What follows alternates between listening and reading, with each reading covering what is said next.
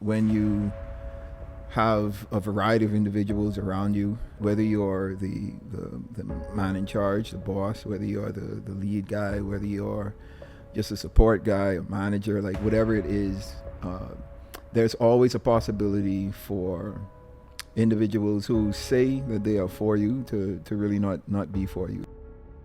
I want us to realize that Judas was named a disciple. It's not like Judas came on, at the last minute, like right before the Last Supper, to do what it is that he had to do. Like Jesus brought him on as a disciple.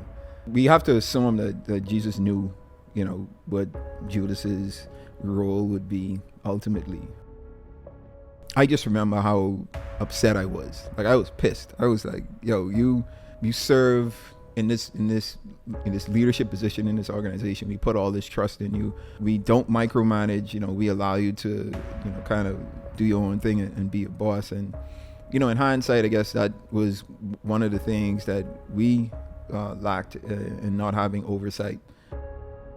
It's just one of those things where it's like, man, how are we supposed to react as human beings? How are we supposed to respond to someone who betrays our trust? There has to be this expectation of betrayal.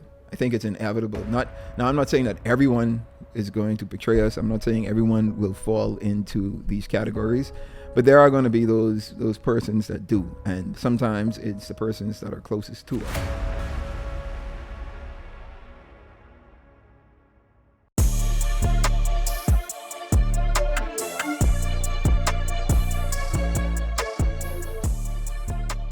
All right, what's up, everyone? Welcome to the new episode of the Miles High Podcast. This is Miles Monroe Jr. I am your host, and as always, the vision of this podcast is to entertain, educate, and elevate you miles high above your fears, your doubts, and any limitations that you may think exist, always knowing that those limitations only exist in your mind. All right? I hope everyone is doing good out there. Everyone is good. This is good vibes in the studio today. The wife is here. Baby, good? I'm great. You patronizing me? Just a little bit.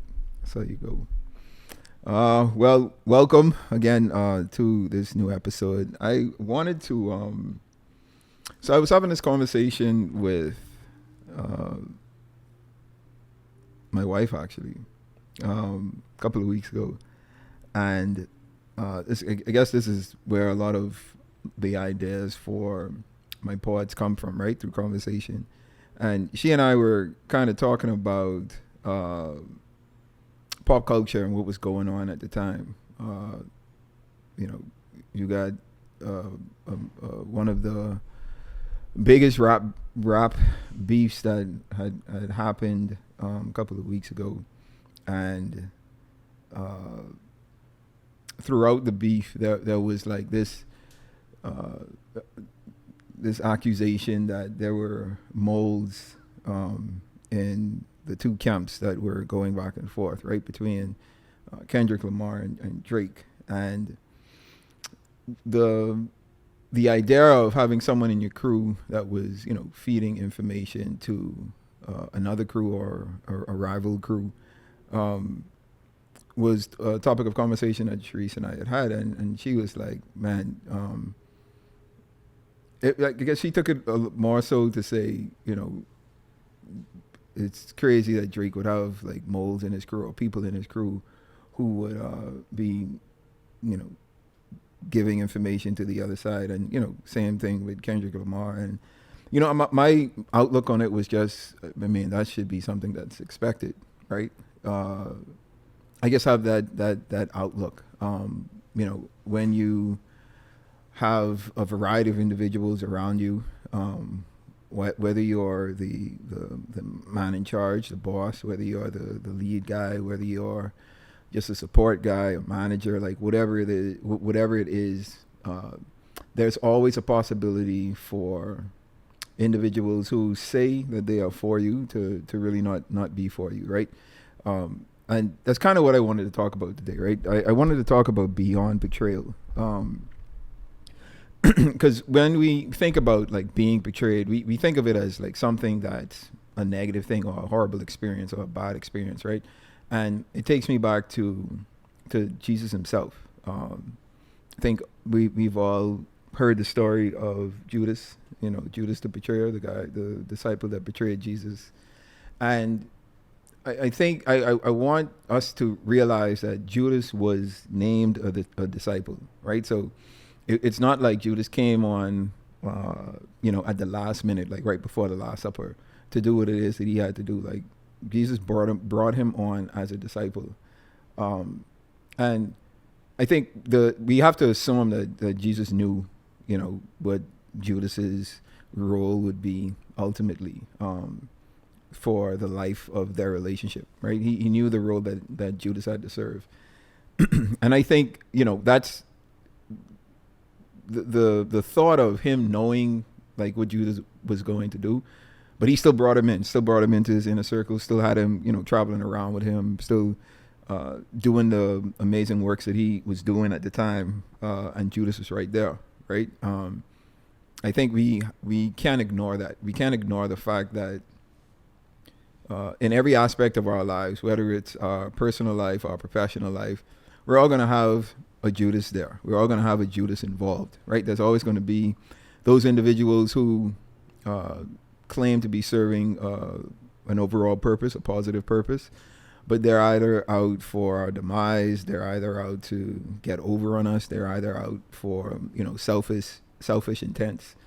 And I think these are things that should be expected. And it's up to us to learn or to prepare how to deal with it. This reminds me of a story I told, many podcast episodes ago, right? This is about this guy that used to work along with our organization, our international organization. And this is when my dad was still alive, right? And we got privy to, we had done some audits of our books and realized that we had about, almost $200,000 that went missing. Wasn't accounted for, was supposed to have came in and, been deposited to the business accounts, but, realized that those funds just never hit the accounts and couldn't understand why or couldn't understand what happened. And through the audit, through the process of the audit, we realized that our business manager at the time had stolen the money pretty much. And I remember, so, this was something where I had now started working very closely with my dad. And this guy had been around before I had came on. So he was around, for many years, maybe about 10, maybe even 15, 20 years before I even started working with my dad. I knew of him, didn't really know him that well. He didn't live in the Bahamas. So I didn't really have that much contact with him, that I didn't have that much communication with him.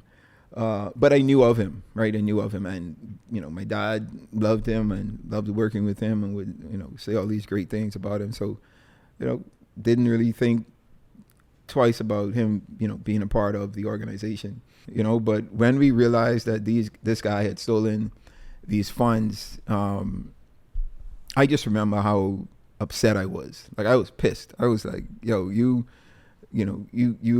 serve in this leadership position in this organization. We put all this trust in you. We don't micromanage. We allow you to kind of do your own thing and be a boss. And in hindsight, I guess that was one of the things that we lacked in not having oversight in certain positions. But nonetheless, he was someone that was trusted, and he betrayed that trust. And I remember my reaction and my response was to just get upset, and I was pissed. And I just remember my dad just being super calm. Like he didn't get upset, he didn't raise his voice, didn't show any negative vibes, right? No negative responses, didn't have any negative energy. And I was so amazed at that, right? I was like, yo, how are you not upset? And I guess his outlook on it was from the perspective of the history of the relationship, right? this guy has been working with me before I, had the name that I have today, before I had the recognition that I have today. He was sacrificing his time and his energy and, his efforts with his family to work with me, these years in the past. And I never was able to pay him probably what he was worth at the time. And, we have been building together all of these years. And, now I'm to the point where, business is good. We're doing well. And this guy made this mistake, and he just looked at it as a mistake. We set up a meeting with the guy. We all came in, had a meeting, showed him what we discovered. And literally all my dad wanted was him to admit what he did and to apologize. And, for me, I thought, like, man, you giving him an easy way out, right? And, surprisingly to me, this guy couldn't even admit what he did. Like, he denied it, never took accountability for it. And it was crazy to me. And like, even through all of that, my dad was still willing to, help this guy and work with him and continue to befriend him, right? Continue to want to mentor him. And I for some reason, that situation always stands out to me. I'm always reflecting on that situation through everything that I go to, right? Where, there are persons in my life who I have befriended, or I have, a working relationship with, or whatever it is, and something happens, and, they don't do what is expected, or they do something that is unexpected. And it's just one of those things where it's like, man, how are we supposed to react as human beings? How are we supposed to respond to someone who betrays our trust? And I was thinking about it, and I realized that, and one of the things my dad and I spoke about was that, the guy that was working with us, things change when expectations are set in place, right? So, you have to imagine, like, this guy started working with my dad and probably had the expectation of, man, Dr. Monroe is such an influential person, such an impactful person. He's been doing all of these things and seems to be on his way to, just gaining some type of celebrity, or some type of, like, whatever it is he was thinking, all those years ago, 20 years ago, whatever it was. But reality hits, and I guess it didn't happen as fast as it probably should have, and he was probably reflecting on, man, the amount of time and energy and maybe even money of my own that I had to invest in keeping things running, because again, this was one of our international offices, and we had put him in charge of that particular office.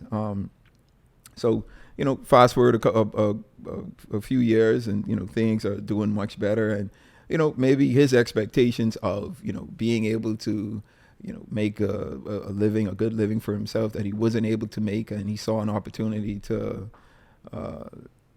reap what he felt should have been his, for whatever reasons. I'm just speculating at this point as to why things happen the way they happen. But my point here is that the expectation of individuals around us causes, or is the root cause in most times for betrayal, right? Because people, if you're the leader of an organization, and people believe in you, and they think that you're going to be able to provide certain things for them, whether that's financial support, whether that's recognition, whether that's opportunities, whatever it is. And those expectations that they have aren't met. There's some envy, some jealousy, there's these negative thoughts that creep in, and it causes people to, do things a bit differently, do things that we don't expect, do things that we didn't discuss. And that's where betrayal creeps in, right? Because betrayal happens for a number of reasons, right? It's infidelity, in the situation of like a romance. It could happen in relationships, friendships, relationships, acquaintances, within amongst family members. It could happen in professional relationships. These things happen, and I think the expectation of these things occurring is what we should put to the forefront of our minds, right? It's like opening a business, right? If we open a business and we're selling products or we're selling a service and we hire employees, right? There has to be an expectation that employees are either going to steal from the business with certain opportunities that they get, or they're not going to live up to the expectations of what the job requires, what their position requires. And they're going to steal time, right? They're going to not give time to make the money that time should have been providing for. So there are these variables that we have to account for when we're thinking about our personal lives, our professional lives, in all aspects of these areas of our lives, right? The individuals that we deal with, the people that we bring into our lives, people that we bring into the business. There has to be this expectation of betrayal. I think it's inevitable. Now, I'm not saying that everyone is going to betray us. I'm not saying everyone will fall into these categories, but there are going to be those persons that do, and sometimes it's the persons that are closest to us, right? I disagree. Go ahead. I don't think that there should be an expectation of betrayal, or in all situations there is betrayal. When I say expectation, I'm sorry, I shouldn't say expectation. You should prepare for it, right? So similar to like when we start in a business, right? I don't think you expect people to steal, but you have to account for it, right? You have to make preparations for it. So there has to be a item line on your balance sheet for pilferage, right?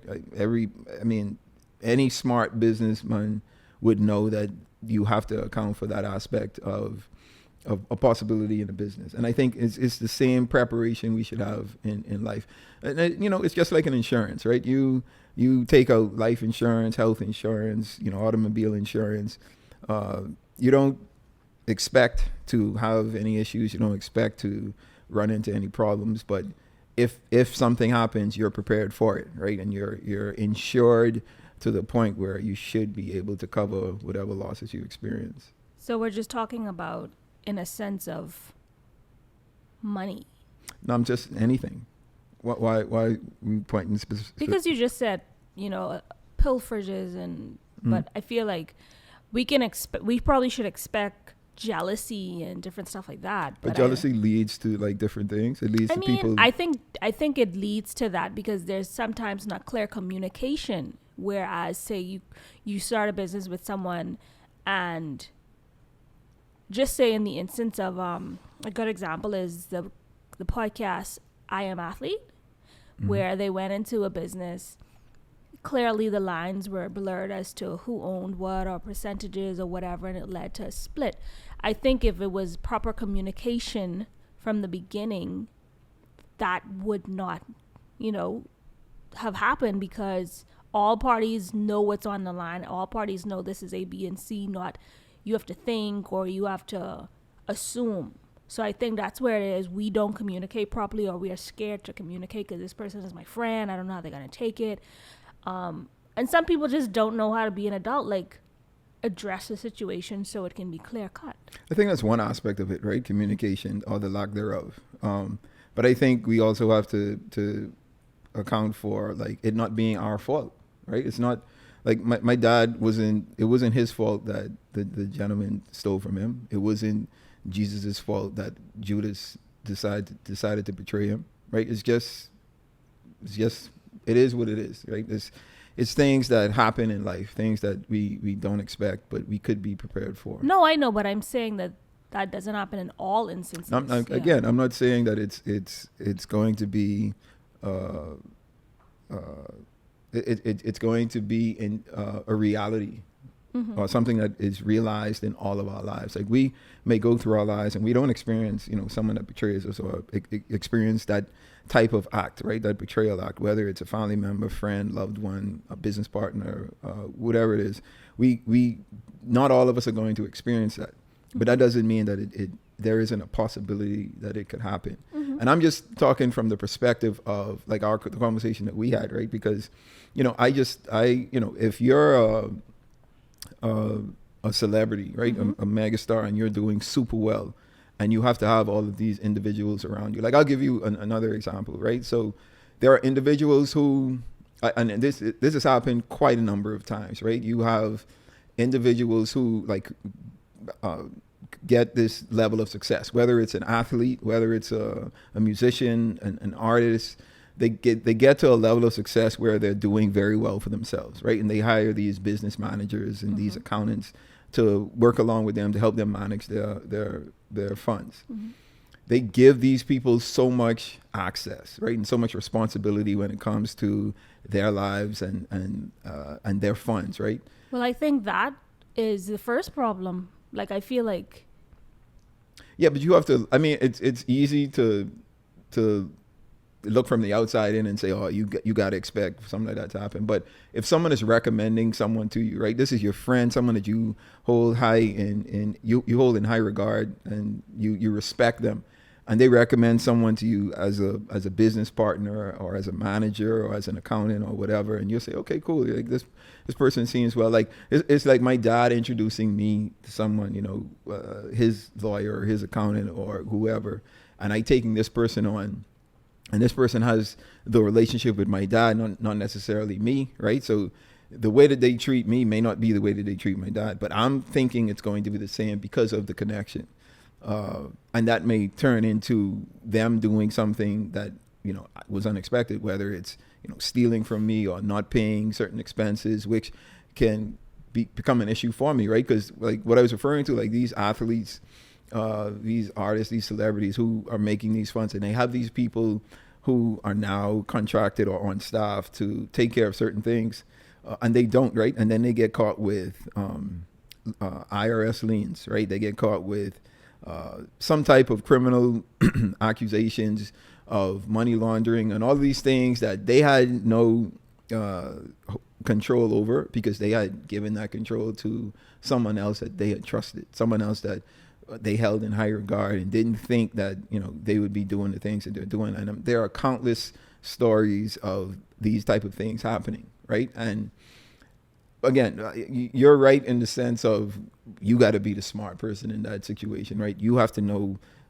the power of the authority that you give to these different individuals and what you keep, right? Should you allow someone to be able to sign for you on your accounts? Should you allow someone to be able to do business without your knowing, without your signatures, without your approvals? These are just things that, happen on a day-to-day basis. And I'm just saying that preparation is key. I agree, but I think many times too, we like to blame other people for our shortcomings or our misfortunes when a lot of times it's not us doing the due diligence. Because another perfect example is Show Yatani. Ain't no way someone could be able to spend how much $1 million from my account and I don't know about it.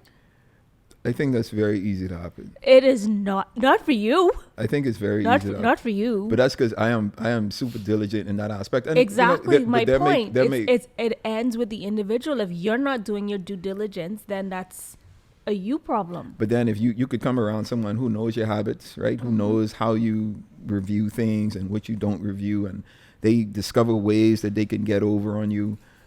It's just some things like you won't expect. I'm sure you have been in situations where you've had friends, family members, acquaintances, like business colleagues who didn't have your best interests at hand in every aspect. Of course, but then it boils down to it being a me issue because I saw things that I should have nipped in the bud, or I saw things that I just let slide. There were red flags, but I didn't address it. Yeah, but I think sometimes even in situations of betrayal, the betrayal happens for us.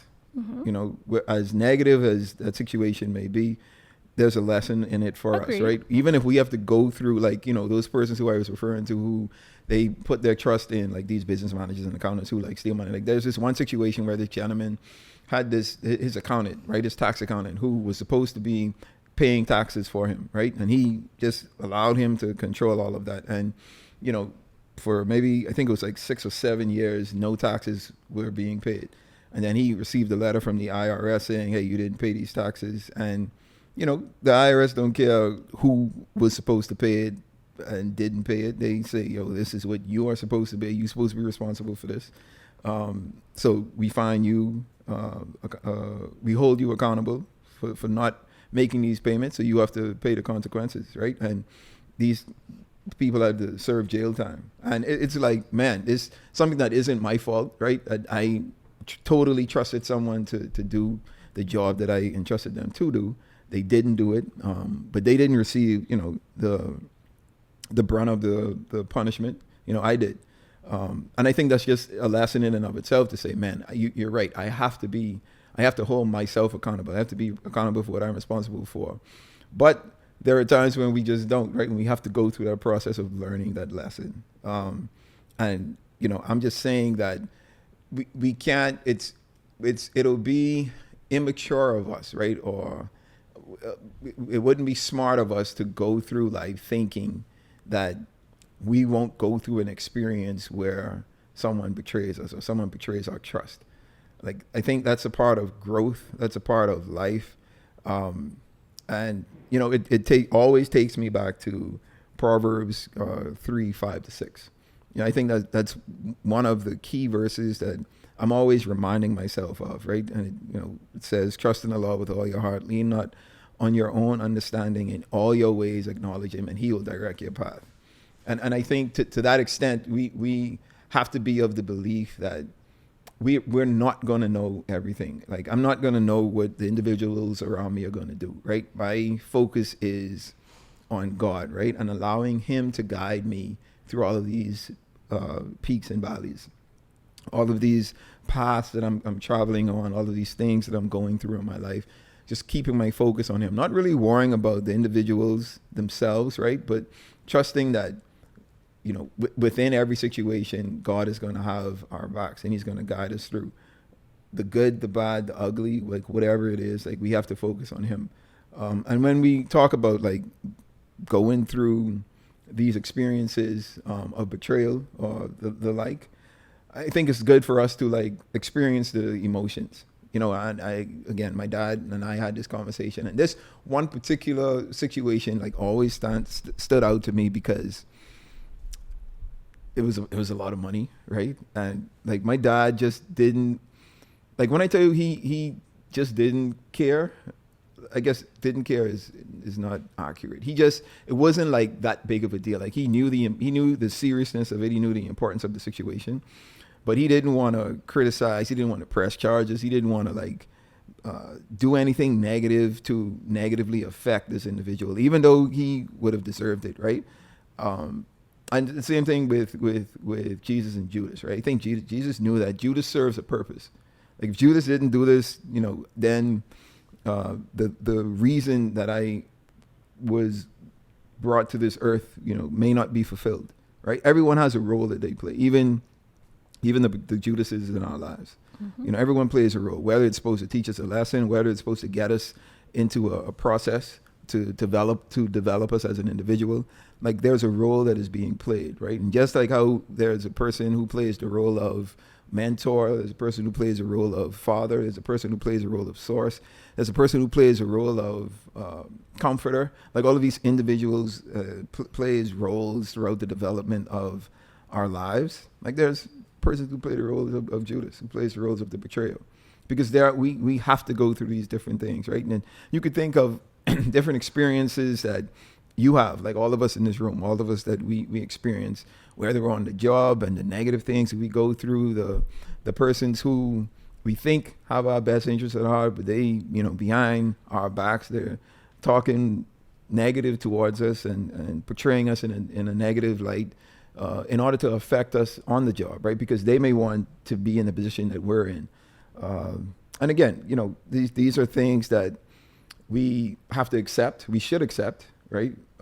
Once they happen, go through the motions. Be shocked, right? Be in disbelief. Be angry. Be sad. Go through these emotions, because I think when we suppress these emotions, it could affect us more, right? So accept what's happening. Because understand that, man, this is a part of a bigger process, a bigger picture. And like I say, just being prepared is one of the most important principles that I can always speak to in every aspect of our lives. Be prepared for the good things. Be prepared for the bad things. Be prepared for the unexpected events to occur. Preparation is key. I can't speak to that enough. And you can't prepare for everything, but I think mentally going through the process of, man, this is a possibility. It's a possibility that these things can happen. What can I do to prepare myself, or how could I prepare myself to react or respond, if these situations happen? Yeah, and then, once you go through the process, another thing I think I learned from the situation with my dad was forgiveness. Like, my dad forgave this gentleman almost instantly, to be honest. I was just weirded out about it. Like, bro, how could you even speak to this guy, at this point? But he truly forgave him. And it was a lesson that I learned, and something that I try to apply, right? I try not to get overly emotional. I try not to get, overly upset in different situations. It's a work in progress for me, I'll admit. But it's something that I am intentional about, because I know that, regardless of the situation, there's a bigger lesson in it for me than it is for anyone else. And that's why we should forgive. Like, forgive in the sense of, man, thank you for, and this is going to sound crazy, right? But thank you for putting me through this situation, because it's going to teach me something that I need to learn, or put me through a process that I need to go through. But forgive, man. Like, accept the situation, the shock of it, the disbelief of it, the anger in it, the sadness in it, and choose to forgive. Choose to understand that, we're all at different points in our lives. We all have different expectations from ourselves, different expectations from persons around us.